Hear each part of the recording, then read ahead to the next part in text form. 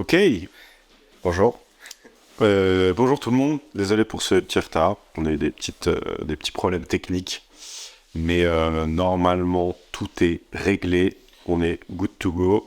J'espère que vous nous entendez correctement. Si c'est pas le cas, n'hésitez pas à nous le dire dans les commentaires, qu'on puisse éventuellement essayer de trouver une solution. Et puis on est surtout content de vous retrouver pour ce nouveau webinaire. On va aborder un sujet qui est hyper important aujourd'hui. On va essayer d'aller assez vite, d'être assez efficace. Le sujet du jour, comment on crée un branding qui claque sur les réseaux en 3 étapes relativement simples.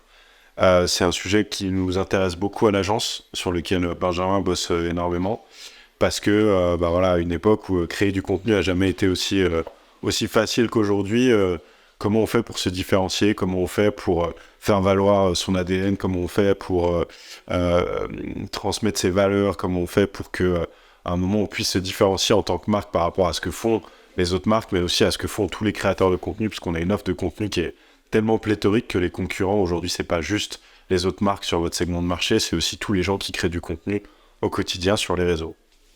C'est parti, on y va. L'étape numéro 1, important, c'est de faire un choix et de l'assumer, parce que ça va conditionner votre DA. Vraiment, votre DA et votre direction sur vos réseaux sociaux va être conditionnée par un choix. Typiquement, du coup, il y a un slide après qui résume bien tout ça. Je pense que vous avez la référence. 2 solutions, soit prendre la pilule rouge et vraiment se dire que l'utilisation de la charte, elle suffit à encadrer les prises de parole de votre marque, donc rajouter des éléments, soit la pilule bleue, la marque, le logo et les produits doivent être visibles sur chacun des contenus. Donc là-dessus, il n'y a pas de mauvais choix, entre guillemets. L'idée, c'est juste de pouvoir être assez au clair au départ pour déterminer comment on va adapter les contenus, la charte, les éléments, etc. par la suite. Étant précisé qu'il y a quand même un truc important, c'est que il y a un élément auquel il faut faire attention, et c'est quelque chose qu'on évoquait dans une des dernières éditions de la newsletter, c'est qu'il y a pas mal d'études récentes qui ont prouvé que des utilisateurs qui auraient le sentiment d'être exposés à trop de messages promotionnels ou qui auraient le sentiment de voir trop de messages pas pertinents de la part des marques ont tendance à être beaucoup moins engagés évidemment, mais voire aussi à se désabonner des comptes des marques auxquelles ils pouvaient être abonnés. Et donc c'est pour ça que c'est important de se poser la question de savoir, ok, on n'a pas d'autre choix que d'intégrer la marque et les produits pour avoir ce côté différenciation et ce côté identification, mémorisation, mais par contre comment on fait pour le faire de manière intelligente, de manière assez subtile, pour pas être systématiquement dans le matraquage publicitaire, au risque du coup de perdre les abonnés qu'on pourrait avoir ou de fatiguer notre communauté avec une exposition trop importante et trop répétée à la marque, pour pas que les gens aient le sentiment qu'on essaye constamment de leur vendre le produit, mais plutôt de se dire comment on peut réfléchir des contenus dans lesquels on va intégrer le produit et qui va quand même apporter de la valeur ajoutée à l'utilisateur final. Donc après, on a une étape qui est l'étape numéro 2, qui est de se dire comment on fait pour définir vraiment la façon dont on va faire apparaître la marque sur chacun des formats. Ça suppose d'avoir une ligne éditoriale qui soit matérialisée, d'être aussi au clair sur les formats qu'on va pouvoir publier, sur les prises de parole qu'on va avoir. Et ensuite, alors cette ligne éditoriale qui doit évidemment tenir compte un peu des évolutions des plateformes, des évolutions des contenus, les formats qui marchent le mieux aussi. Benjamin et Glenn en parlait la dernière fois dans le dernier webinaire, se dire comment on peut aller chercher l'inspiration aussi en dehors de ce qui se fait sur notre secteur d'activité. Et une fois qu'on est au clair sur ces formats et sur les contenus qu'on va diffuser, se poser la question de comment on peut faire apparaître la marque sans qu'elle soit non plus omniprésente et qu'elle prenne toute la place et que ça vienne au final desservir le propos, mais comment on peut faire pour l'intégrer de façon assez intelligente. Là, c'était les stats que j'évoquais juste avant pour rentrer un petit peu plus dans le détail, mais c'était une étude qui a été menée par Sprout Social qui dit que 58% des personnes qui ont été sondées sont agacées quand il y a trop de messages promotionnels de la part de la marque sur les réseaux, et 41% qui disent qu'ils se désabonnent d'un compte, donc on est sur des proportions qui sont quand même pas négligeables, quand ils lisent trop d'informations non pertinentes. 2 exemples pour 2 de nos clients, notamment du coup pour Donna. Donna, on les accompagne depuis plusieurs mois sur leur stratégie social media. Ils avaient un gros enjeu, c'était comment faire apparaître leur marque sur les contenus, etc., sans pour autant avoir un contenu qui est trop marketé. Du coup, en fait, on a accompagné la marque sur différents choix. Donc, on vous en parlera après un peu les guidelines qu'on met en place. Mais l'idée, c'était de pouvoir dire, aujourd'hui, le packaging produit suffit à la présence de marque. Et derrière, vraiment réussir à avoir quelques touches qui sont présentes un peu partout, notamment par l'univers des couleurs, etc. Donc l'utilisation des fonds de couleurs. Mais vous pouvez le voir sur chacune des photos, il y aura toujours le logo et le packaging qui sera présent en plus du produit. Donc ça, c'est la version la plus simple pour le faire. Après, pour des marques qui n'ont pas forcément leurs produits, on accompagne notamment Magasin Vert, qui derrière aussi revendent des produits d'autres marques, etc. Plus difficile pour du coup réussir à valoriser la marque sur chacun des contenus. Du coup, on a créé des assets graphiques. Les assets graphiques sont assez simples. L'idée, c'est de reprendre la typo, l'univers, on va dire les couleurs, etc. et réussir à les transposer suivant les formats. L'objectif, c'est vraiment de réussir à créer une dominance dans le feed. La petite astuce aussi pour Magasin Vert, c'est utiliser du coup les fameux vêtements du coup avec le logo de la marque. Du coup, on comprend de qui ça parle. Et l'objectif toujours, c'est vraiment de se dire, on a un petit tableau et un petit schéma juste après, de savoir quand c'est nécessaire d'avoir une présence de marque, quand c'est important d'avoir des éléments graphiques, etc. Je pense que la partie merch, c'est un truc qui est complètement sous-coté et assez mal exploité par la plupart des marques. Faire un tablier qui est brandé, faire une veste, un pull, c'est des choses qui coûtent assez peu cher et qui peuvent être des bons moyens d'avoir des rappels assez subtils, surtout quand on est sur des contenus où il y a de l'humain, sur des choses qui sont assez incarnées, où on ne veut pas que l'intégration de la marque vienne détourner le propos, mais quand même, on a quand même un enjeu à ce qu'on puisse avoir, entre guillemets, attribuer la paternité du contenu à la marque. Et donc, du coup, dans ces cas de figure-là, tout ce qui va être merchandising ou travail même sur l'accessoirisation dans les décors qui vont pouvoir être utilisés sont des leviers qui sont assez intéressants pour avoir des intégrations qui sont un peu plus subtiles et auxquelles du coup on vous invite à réfléchir. Du coup, un schéma qui est assez simple, l'idée c'est de pouvoir positionner vos contenus suivant leurs besoins de reconnaissance de marque, etc. et de charts. Donc on a un premier élément qui est que la marque est reconnaissable sans les éléments graphiques ou pas. Et de l'autre côté, si c'est utile au conso ou pas utile. Donc à peu près on réussit à positionner les contenus. Typiquement un sticker micro-trottoir, il est utile au conso parce que dès les cinq premières secondes, on va comprendre le sujet du micro-trottoir. Et en même temps, il est essentiel parce que sans ce stickers, la marque n'est pas reconnaissable. Donc on ne saura pas que la marque, celle qui a créé le contenu. À l'opposé, une photo logo produit, en fait, elle a un tel produit, donc la marque, elle est reconnaissable. Rajouter un sticker sur le logo en plus, pas forcément un gros intérêt pour le conso.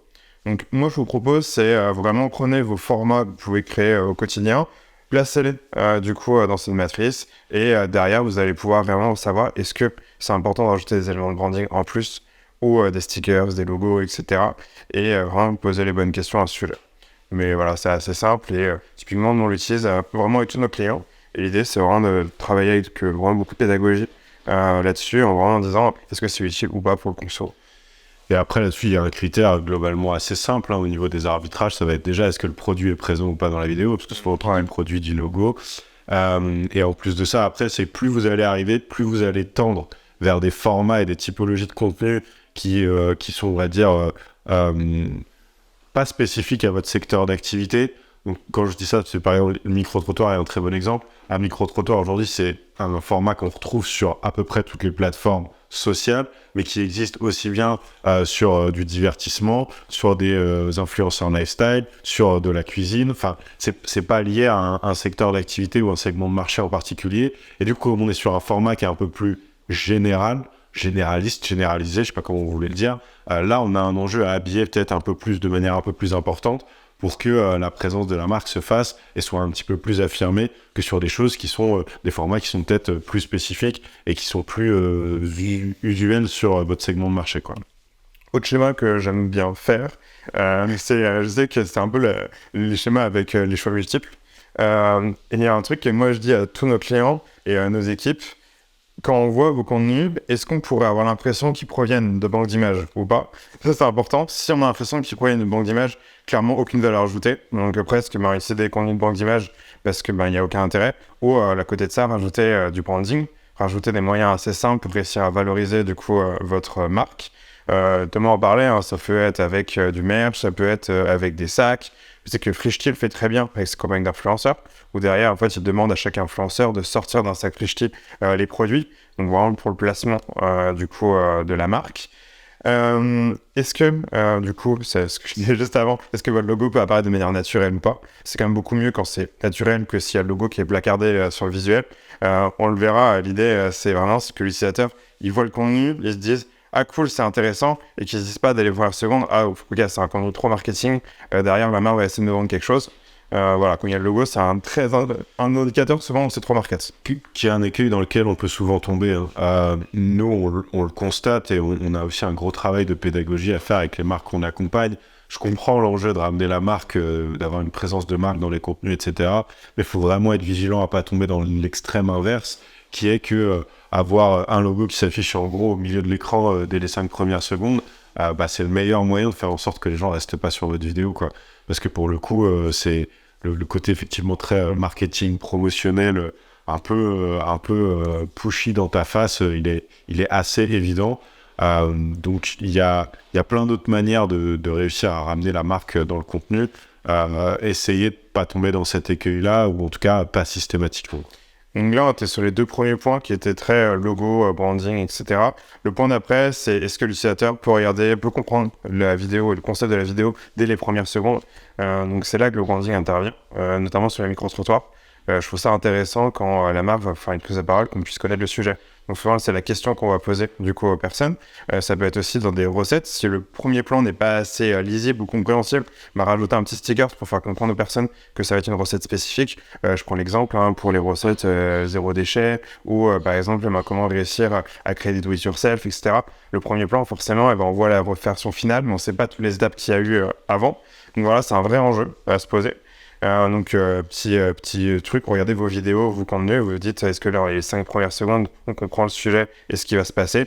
Si on ne comprend pas, il faut rajouter un branding et un stickers. Et là-dessus, c'est une mécanique, c'est assez marrant parce que c'est quelque chose qui est très utilisé en storytelling de façon générale.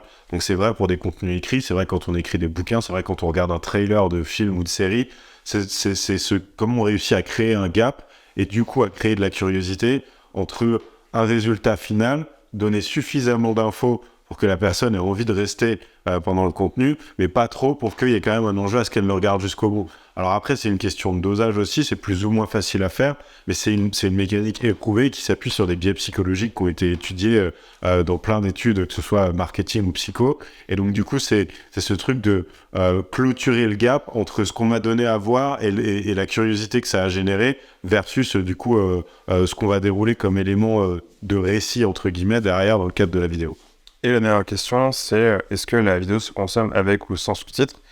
Pourquoi ? Parce que les usages changent, on n'a pas tous une paire d'écouteurs, dans le bus, dans le métro, etc. Et l'idée, c'est vraiment de pouvoir créer un contenu qui est, on va dire, compréhensible par tout le monde. Donc voilà, aujourd'hui, quand vous créez un contenu, pensez aux sous-titres. C'est vraiment la clé. Et c'est un élément de branding.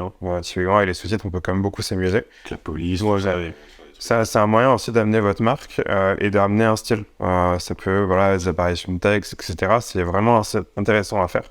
Donc, n'hésitez pas à le mettre en place. Et c'est la stat qu'on a beaucoup entendue sur l'année qui vient de s'écouler, mais 85% des vidéos qui sont regardées sur les réseaux sociaux sont regardées sans son, au moins en tout cas sur le premier visionnage. Donc c'est vraiment un élément à pas négliger. Et je suis d'accord, au même titre qu'on disait, le merch c'est quelque chose qui est sous-exploité par les marques. Ouais. Je pense que travailler sur le branding des sous-titres, je sais pas si c'est dit, mais travailler sur comment on peut dérouler un peu la charte de la marque, y compris sur des éléments de détail comme les sous-titres, c'est des petits wins qui sont intéressants à aller chercher. 2 vidéos présentées. Donc la première, c'est un concept Monsieur Bricolage. Tu vas pouvoir la jouer. Je sais pas si on va couper le son.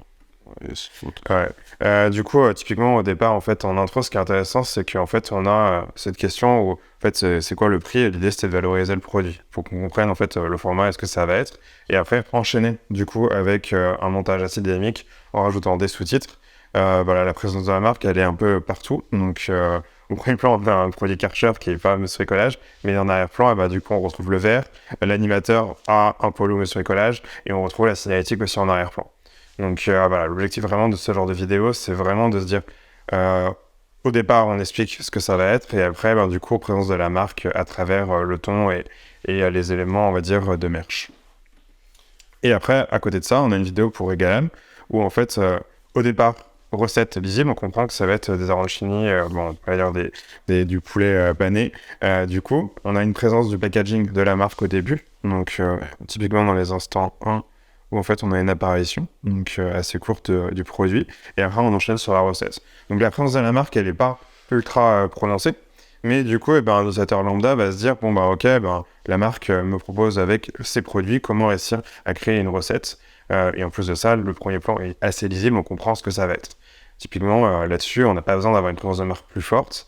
Ce qui est intéressant pour nous c'est de créer une DA prononcé du coup plutôt pour l'univers, donc quelle planche on utilise, quelle vaisselle, la personne qui va faire la recette, quelle personne c'est, etc.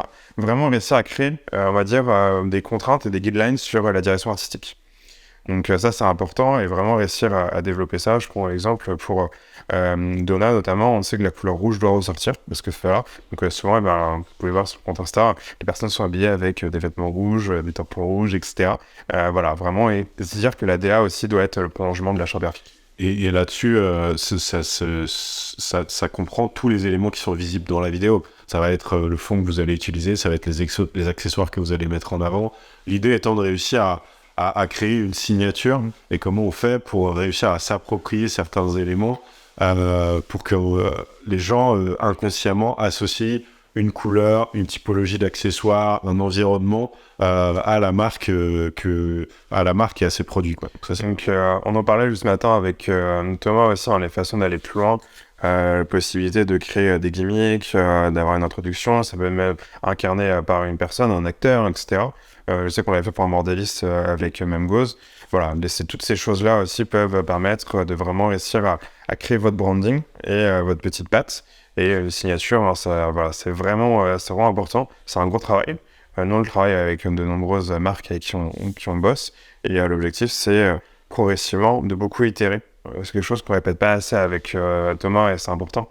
Je pense notamment sur le travail avec Surface, sur les contenus que vous pouvez voir sur Instagram.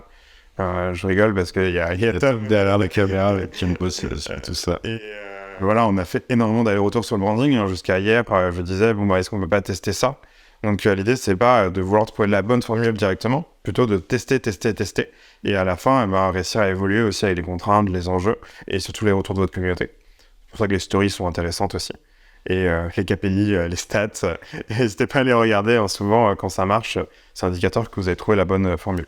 Et là-dessus, pour vous aider à structurer peut-être un peu votre réflexion, c'est un peu un continuum. Ça va d'éléments macro comme comment je fais pour revisiter des concepts qui ont fait leurs preuves et me les approprier, que ce soit sur la forme ou sur le fond, à des éléments un peu plus micro qui sont tout ce qu'on a pu évoquer sur des détails qui font qu'à un moment, à force de répétition, les gens vont associer un environnement, un accessoire, un élément visuel à votre marque.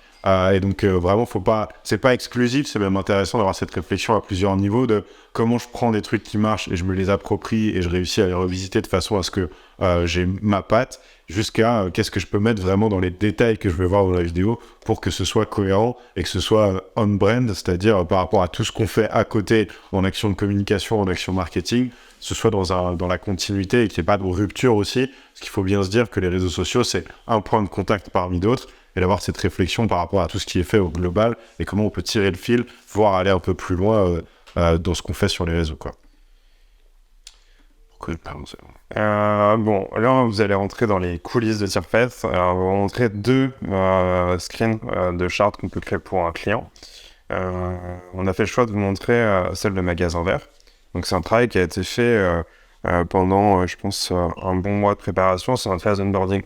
Ça va être quelque chose qui est important chez nous. L'onboarding dure, on va dire, c'est 8 semaines, je dis pas de bêtises, qui comprend du coup toutes les réflexions stratégiques, le développement de la stratégie, mais aussi la création de la charte pour que quand on livre le premier planning, tout soit prêt. Sur Magasin Vert, du coup, on a fait de nombreux allers-retours pour affiner, pour trouver la bonne formule. L'idée, c'était de pouvoir créer du coup des éléments graphiques sur les formats. On a déterminé du coup 3 façons différentes de prendre la parole sur la plateforme. Donc la première, c'était plus avoir une stratégie format lifestyle, style influenceur, question ouverte ou un sujet. L'idée, c'était plutôt de laisser la place sur l'image au contenu. Donc l'objectif, c'est qu'on ait une belle image en arrière-plan et derrière, juste du texte qui explique ce qui va se passer. Donc on va dire comme un titre. On avait un autre format qui était plutôt les formats conseillers, donc en magasin, comment les conseillers font pour prendre la parole. Et là, en fait, ce qui est important pour nous, c'est qu'en fait, alors, sur l'image, la photo du conseiller, est ultra difficile de comprendre ce que la personne va faire. Du coup, il fallait qu'on ait une box un peu plus importante, que derrière, on puisse avoir voilà, un texte qui soit suffisamment accrocheur. Et la dernière façon, c'était plutôt le format inspiration et conseil, en voix off, style ce qui peut être fait sur Bruise ou Explore. L'objectif, c'était vraiment que les trois formats, quand on aille sur le feed, que ce soit sur Instagram, TikTok, YouTube, etc., les gens puissent comprendre vraiment que aujourd'hui, nos contenus, quand on va cliquer sur celui pense bête, on sait ce qu'on va avoir derrière. C'est très lisible. TikTok a la fonctionnalité de pouvoir filtrer les contenus, Instagram pas encore. Mais voilà, pour le coup, c'est important au moins en un coup d'œil qu'on puisse savoir quel contenu on va consommer. Et t'en parleras bien mieux que moi, mais sur ces différents éléments qui sont trois façons un peu différentes de hiérarchiser l'information visuellement en fonction des contenus, on voit que tout a été pensé pour rester aussi dans le truc de la charte graphique, que ce soit les aplats de couleurs, même les polices qui sont utilisées. Exactement, en fait, la marque nous livre la charte. Là, c'est Yvan qui a fait un gros travail chez nous, qui est notre qui a bien, très bien bossé dessus. Là-dessus, où en fait, il a repris la charte print digitale et il l'a adapté en social media et nos contraintes et nos enjeux. La taille des polices, pour que ce soit lisible sur les différents on va dire, mobiles, etc., devices. Ce qui est intéressant aussi, vous allez voir, c'est qu'en fait, on pense toujours au carré, parce que le feed Instagram est au carré. Donc, du coup, il faut que nos contenus puissent être visibles au carré et qu'on ne soit pas sur un feed complètement moche là-dessus. On n'oublie pas les racines. Et l'autre chose importante, c'est, vous pouvez le voir, en bas, information en natif sur Instagram, donc la petite zone qui est présente, et à droite sur TikTok, sur les partages, etc. Donc, il faut que, quand même, dans tous les cas, ça reste libre et qu'on n'ait pas de texte à cet endroit. Et après, quand on va plus loin, donc Thomas en parlait, comment on fait pour réussir à créer dans les éléments de contexte, etc., plutôt dans la vidéo des assets. Et en fait, c'est pareil, quand on désigne un produit, on a une petite flèche avec le texte.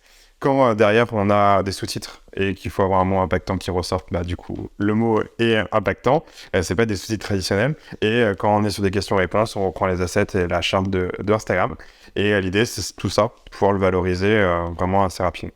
Et ce qui est assez marrant, c'est que en plus, il y a un enjeu à vraiment se poser la question de savoir comment on peut avoir quelque chose qui nous est propre, parce que on voit l'inverse se faire beaucoup aussi. C'est-à-dire un influenceur qui va commencer à avoir quelque chose d'un peu original qui sort du lot, et derrière, on a des copycats qui vont sortir dans tous les sens.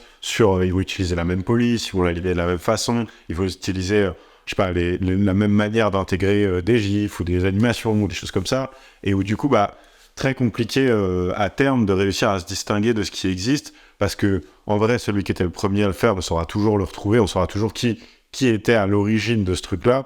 Et je trouve qu'en termes de crédibilité, quand on s'inscrit un peu dans un truc de suiveur, c'est dommage, quoi, parce que vous avez les outils pour aussi vous garder les bonnes pratiques, mais les revisiter et vous les approprier de façon à ce que la différenciation et la singularité de la marque continue à ressortir, quoi. Et du coup, ce qui est intéressant, c'est qu'une fois que vous avez tous vos assets, vous puissiez vraiment vous dire que c'est validé par le client ou en interne, de quelle manière je peux les animer pour que ce soit un peu plus dynamique et que ça apparaisse. Maintenant, l'idée, une fois maintenant vous savez tout ça, c'est qu'on revienne à la question de base. Quelle pilule maintenant vous prendrez? Voilà, l'objectif, c'est vraiment de se dire que nous, on a cette recommandation. Plutôt prendre la pilule rouge, parce qu'il y a plein de manières de pouvoir valoriser votre marque. C'est la matrice. Il y a plein de façons de le faire. La pilule bleue, je pense que c'est la version, on va dire, la plus simple de faire. C'est ce que font toutes les autres marques. Et c'est les contenus souvent qui engagent beaucoup moins. Mais par contre, je vous encourage, pour ceux qui ont envie de se challenger, de kiffer un peu et de sortir des sentiers battus et avoir des contenus organiques qui performent, plutôt prendre la pilule rouge. L'idée, c'est, il n'y a pas de jugement de valeur là-dessus. L'idée, c'est de le faire chacun avec nos moyens et nos outils qu'on a. J'espère que dans ce webinaire, on vous aura donné suffisamment d'outils. Je trouve que le format de webinaire flash est assez cool. 25 minutes. Ouais, là, on y est. Là, il est 11h30. On va commencer à 11h. Ça veut qu'on est pas mal. Trop bien. Et sinon, si vous avez fait un tour sur nos réseaux sociaux récemment, notamment sur LinkedIn ou Instagram, n'hésitez pas à nous faire un feedback aussi sur les formats qu'on a créés. Voilà, je sais qu'on a eu des retours de plusieurs personnes sur nous disant que on est en train vraiment de créer quelque chose de différenciant pour une agence social media. Donc on est quand même assez curieux d'avoir vos retours aussi. Bon, on vous laisse, bonne app et à très vite. Salut.